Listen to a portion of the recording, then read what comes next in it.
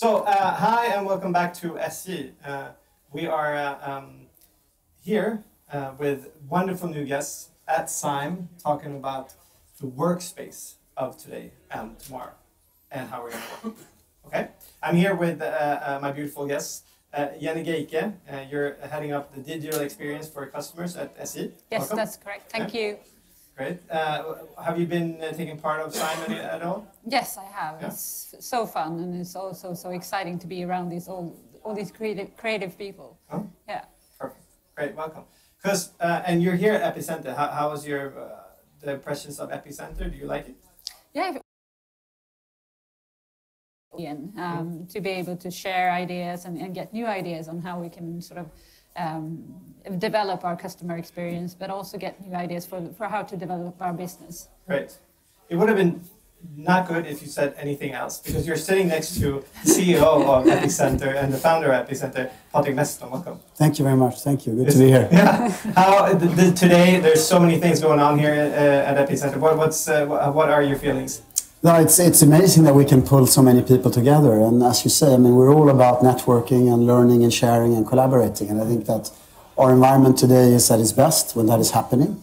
I think we currently have around 2,000 people in the building that are interested in discussing these type of questions for the future. So we're very proud and happy, and I think so far the program has been running very smoothly as well. So that's good for us. Mm-hmm. Someone that's an expert, because we're going to talk about the workspace of tomorrow. Somebody that is an expert of workspaces, offices, real estate buildings, and truly a visionary is Karolin Forsling. Welcome. Thank you. You have been at. There's so many things you've done in Stockholm. You opened Mood Gallery here. Tell me something more. Sickla. The idea behind Urban Escape. Mm-hmm. Has had the great opportunities to work with Patrik and his team. Yeah. Great. And so, welcome. Thank you. And we're going to talk about the workspace of tomorrow and then the needs in the digital society. Jenny, you are heading up the digital experience for customers. Mm-hmm. What are the demands? What are our needs right now? What are you working on? Well, the thing is, we see that our customer have great needs of being able to, for instance, do their work at any place where they need to be. Mm-hmm. So really, I mean, as someone really smart said, work is not the place, it's the thing you do. And we think that, for instance, our trains and our business is great because we connect people, we connect cities, we connect different kinds of areas. And that is a great thing for the workforce of the future, because you want to be able to live somewhere and work somewhere else, and maybe you want to work while you're traveling. And for that, trains are perfect. So we think it's really fun to be a part of sort of building the future society. Mm-hmm. And Patrik, tell me, I mean, everybody here knows a little bit about Epicenter, but tell me what's the thought and the visions of Epicenter? So Epicenter is a digital innovation house that actually we co-created, Karolin and I, in AMF Real Estate. And the vision we have behind that is that we wanted to create a meeting arena and a place where companies can collaborate and learn and sort of share ideas to grow their digital portfolio. So what we've done is we've gathered about 350 companies here. We built it on membership, and where we have designed our space to actively try to build new digital companies and to sort of share ideas. Mm-hmm. So that was our thinking, and the reason we wanted to do that was not so much to try to define a new real estate model, but more as how can we make Stockholm more competitive? How can we make sure that we can create new job opportunities and we can create stronger companies here in Stockholm? And as part of that, we saw that a lot of the existing offerings for companies that were interested in that didn't really correspond with the existing business model. So we said, what if we could challenge that and change the conditions around that? Then we could probably generate a better customer experience for those customers needing an office, but at the same time giving them much more value in terms of driving their business forward. Awesome. And Karolin, how do you think that we will be working in the future? Like, is it office totally obsolete, or is it more like this, a membership space, or as you define it, the train, the best working place environment in the world? What do you? Oh, I think it's a tough question, because the challenge we have when we say office is that we really think about a physical place. But if you see how the kids today meet in the gaming world, they actually have a platform in the computer and in the game where they meet. And does the office really have a physical place? Does it really have to be a physical place? Or could it be in something else, in space, so to say? And that's what I think, and that's interesting. What does the need of an office has to be then? What's the purpose of an office, actually? And what you really need is you need a place where you can interact and meet other people and exchange ideas. And that, I mean, that's one of the reasons that we find it interesting to be here, represented at the Epicenter as well, because you need different kinds of environments and different kinds of situations. Where do you work? Yeah. So I agree.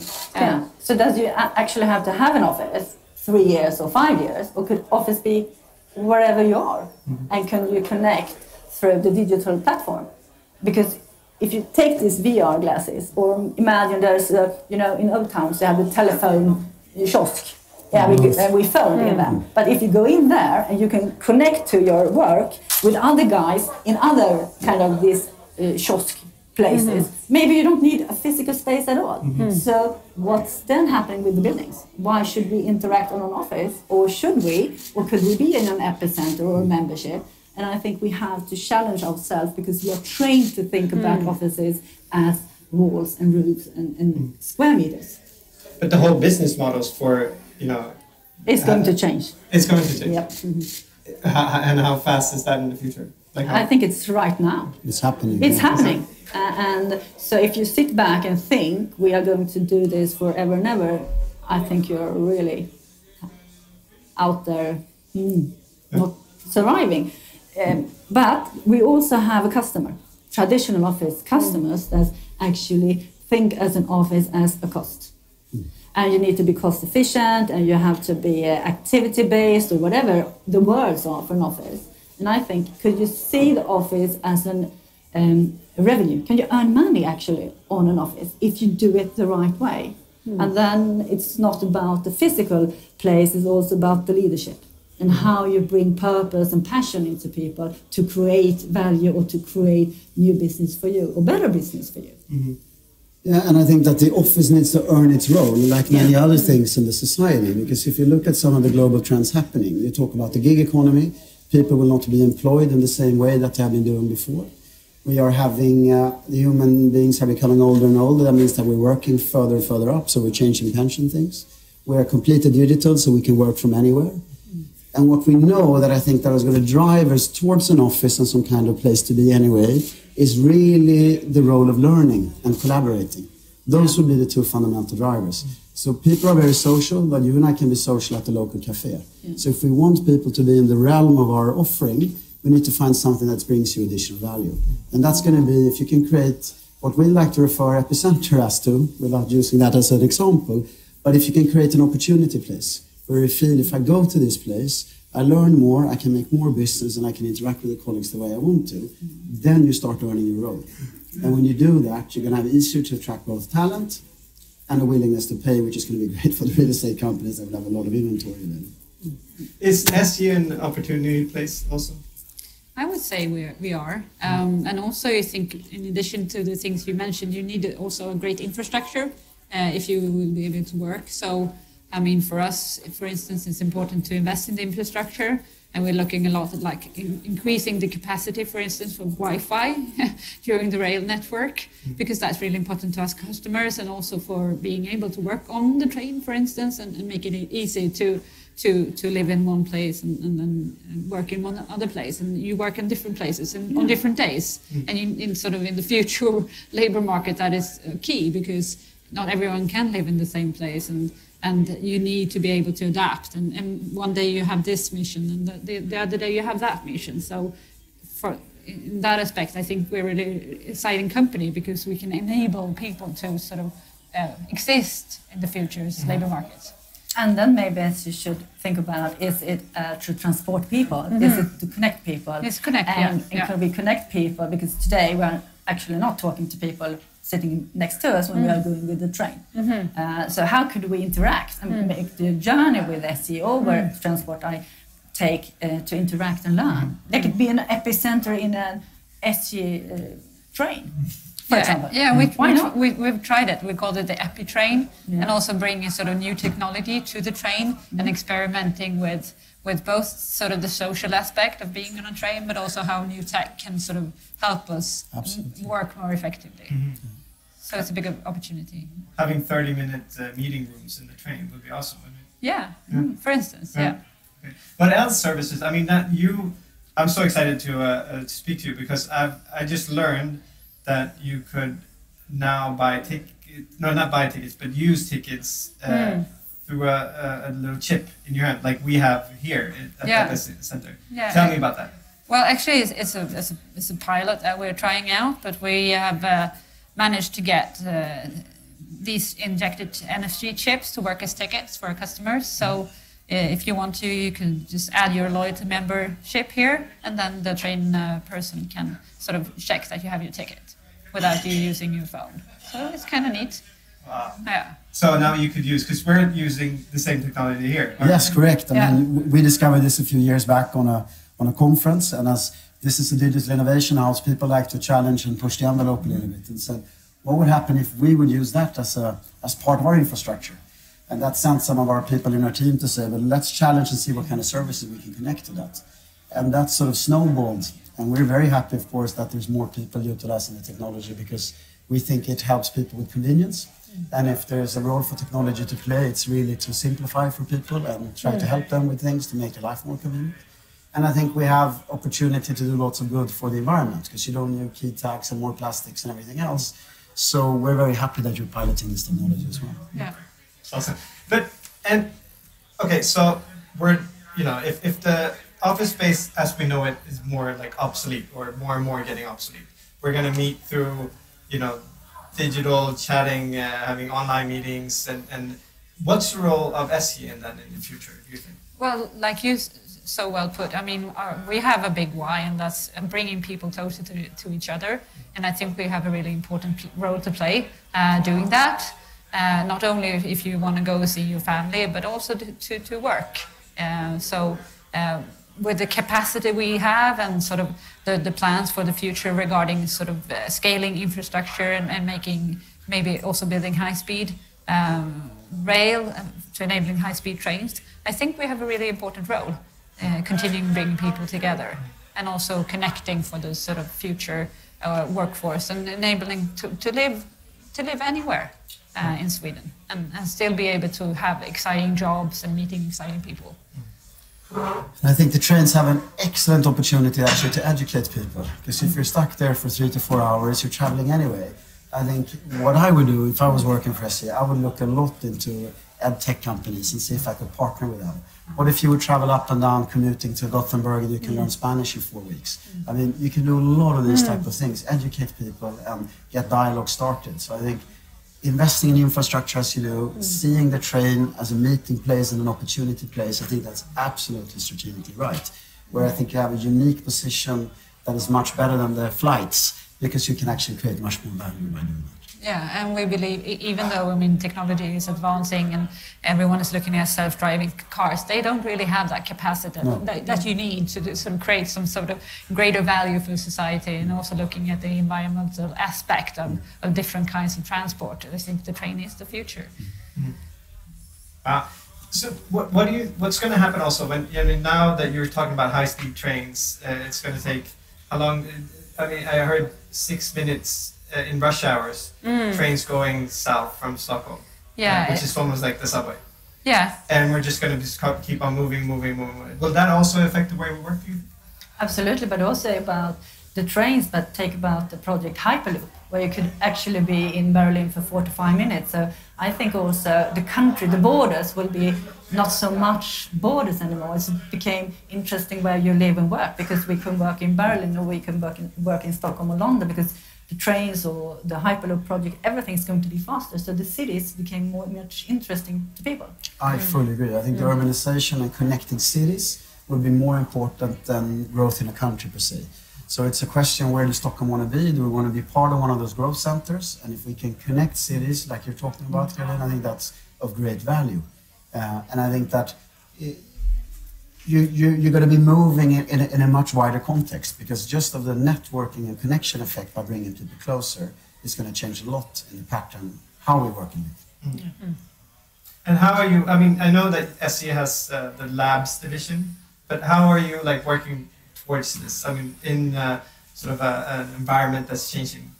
I think we're trying out lots of new technology, experimenting a lot, looking at different kinds of corporations and which kind of companies can help us to develop our business, but also looking at the customer demands for new services, trying out, testing. I think our CEO was here before and talked about the labs, as you mentioned, seeing what would really help while you're traveling, making it easier, making it more seamless. And those kinds of services, we think that they can also help making the train ride more pleasant. And also when something happens in the infrastructure, we want to be there, helping the customer, holding their hand, making sure that they get to the destination. Mm. So lots of those kinds of services we're looking at right now, but also different kinds of new stuff that we haven't really tried yet. We've tried out VR, we've tried out the chip, and a few things we have in our back pocket. What did you do with VR? We showed the interior of our new renovated X2000, which is coming to the market next year. So the customer could experience firsthand how it's going to look and how it's going to feel. Okay. Yeah. So it's not just, this is going to be your next station, do you want to get off? And you can check it out and say, no, I'm going to keep on going to a better one. Maybe that's the next one we'll try. Yeah. Okay. Yeah. We also tried a guide for the Stockholm Central Station, sort of moving image, trying to find your way through the sort of corridors. That didn't really fly at the moment, but it was hard to program because it's so hard to find. Yeah, I don't know, but these kinds of sort of services we're looking at. I don't know if AR is something that could do that better. Sort of helping you find your way around the train station, for instance. Yeah. So what's the most exciting thing happening in the real estate world right now, do you think? Oh, I think the most exciting things, as I see it, is that many property owners or people thinking about what is going to happen. Mm-hmm. And I don't think they know, actually. Some know, some think they know. And I think the most interesting is that there is some kind of a shift and something is happening, but I don't think we see what is coming out of that yet, because it's a transformation going on, I would say. How we see about buildings and what we should put into them, because is office an office? Is retail? Is how should we live in the future? And all these questions is like going around, and I don't think anyone has an actual answer to it. So the most exciting thing is that everything's going to change. And I think you have a good point there, because I think there's a convergence between industries that are bigger than ever. Yeah. I mean, is a real estate company, or they're a facilitator as a company builder, or what does that mean in terms of transportation? They all somehow get connected. And I think that's why it's very hard to answer exactly what it's going to be, but where I think that you should try to adapt more of a startup thinking, where you test and try and you build things. So instead of being passive and then waiting and being insecure... Or thinking about this is retail, this is office, exactly. This is trying new this things. Is this and this and this. I think that will go like this. Mm-hmm. Everything will be integrated, and I need to... And the most important thing is how we manage to get people into and open-minded to that thinking. Mm-hmm. And that becomes the leadership question and the office question, the interaction, and have the guts to share knowledge with each other, like we do right now. Because I think Patrik can learn SE a lot of things, and you can learn me a lot of things if we actually start talking to each other and don't be so protective about there's a lot of similarities to the challenges that we have. So I think maybe you will build the future service that our customers want to use. Yeah, of course. Yeah. So the interaction, and that's kind of hard in a country where we're actually not speaking when we go by train. But are some do. Yes, I say that because I think that's what we need to learn more about. And the new generation might do that. But we are not good at talking to each other or share. If we don't have the train is late, then we can talk about that and we have a connection. But I think you can use the platforms more to interact with people. Because if you interact, then magic things happen. Yeah. And how would we then start getting people to interact on the trains? Interesting question. Yeah, Epicenter is a good place. You need something to talk about. I think technology could be a starting point. Trying to find new ways to socialize using technology, and also maybe solving problems together. Because you're sitting there, you have all the time in the world, and then you might also sort of find yourself being more creative, because that's the kind of environment you're in. So tapping onto that, I don't know, but I think you can also open up the trains. You can create a meeting arena of a train. Why is that said that it has to be set in a certain way just for transportation? We could have this conversation on the train right now. That would enable people afterwards to start talking. We could interact. We could have our traditional conductors. They could be much more thought leaders, also talking to the people that are there, sharing insights and ideas. So I think you can almost program your trains with content that will allow people then to start talking and collaborating in a different way. And technology could be one thing, but a lot is very easy also just by putting down a program like you guys are doing here today. Maybe trains in the future is the only place we actually meet. I don't know. No. Hopefully not. Otherwise we could meet in the digital world. When will that be that you're not traveling to anywhere? Do you go, because you're saying that the SE will be the office of the future. Yeah, I think there's one of the offices of the future, not the only one. Yeah. But I think, as you also put it, we don't know about where you're going to work in the future. But you need a sort of a nice space to work from, where you have sort of the opportunity both to be creative, have some calm around you, be able to meet people, sort of basic human needs. And the train is one place where you can meet these needs. And then there are other places that we don't know of today. So will I, like in Epicenter, buy a membership and just go on a train and start working? It doesn't really matter where I'm going. Why not? Yeah. We have actually a couple of customers that buy a yearly card and then they travel around Sweden to all different kinds of stations. That's all they do.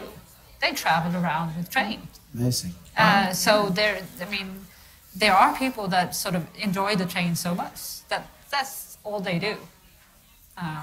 So that's interesting. And that brings us back to what's an office. Why should we as a company have an office, actually? So it becomes more about value, purpose and sharing or something else. And how do you create that office? And how big should that be? Is it actually a physical place, or is it a digital place, or is it a train? So how can you bring people together? How does your office look like? Well, it's kind of traditional, I think, activity-based, because it's sort of modern. Or not, I don't know. But we're trying to make it more creative, making people put things on walls, trying to get some dialogue, making people talk to each other. But I think we have some work to do to maybe make it even more sort of a meeting place like this is. I think most of my colleagues coming here are really inspired, sort of meeting new people, looking at all the opportunities that you can find. So we'll have some tips from you. No, fantastic. You're really welcome. And also, I think about everyone has this activity-based, but what creates creativity? It's passive when we rest and when we have a passive. So we have some not interactive or activity-based offices or areas as well. Yeah. We just do what sometimes the architects tell us to do, or what someone else do, instead of thinking about why should we do this? What's the purpose of my company? Or how are we going to meet the future? Maybe we don't need what everyone else is having, because we are copy-pasting each other so much that we don't think anymore. And I think we should go back to why the purpose with an office, or with the company idea, or the vision. It's almost scary to start thinking about. I know, or really interesting. Patrik, I know you have 2,000 people here today, and I see your station is coming up, so I'm going to let you go on this next station. Thank you so much. I would appreciate this a lot. We're going to keep on going to... yeah, absolutely. Great. Thanks, guys. I'll jump off here and I'll see you at the roundabout in the next station. Perfect. Thank you. So, Jenny, what are the in the digital customer experience? What are the new, most exciting things that's coming up from SE? Well, This week we launched a new service called, in Swedish, Anslutningsguiden. It's about helping people find a connection when they arrive at the station. That, like just Patrik, he went off now, and maybe he needs to continue on with another means of transport. I don't know, a bus or something else. And then we aim to help him to find the right way after sort of departing the train. So that's a new service we're trying out. Okay. But we're also looking at making it easier to, for instance, rebook your ticket if you want to change. If you book your tickets in advance and then you find you need to take another train home or sort of later or earlier. So those kinds of services. So a lot of sort of improving where the customer feels that we should be a bit more simple, a bit more easy to use our services. Exactly, and you know, in the future, are you? I'm thinking more the traveling bit. You're connecting people faster and faster. What will that, you know, how will that affect the society? Do you think? As we talked about, I think it's going to enable people to live more distributed. Not everyone has to live in the same place, but you can work still together. So I think that's the most dramatic change we're going to see if we can also invest in the infrastructure, making it faster to sort of get from one city to another.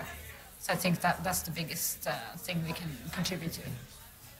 I'm thinking, looking back at how you say that, you know, young kids today, how they're, you know, collaborating or through the you know, internet more and more, and not having the need to see.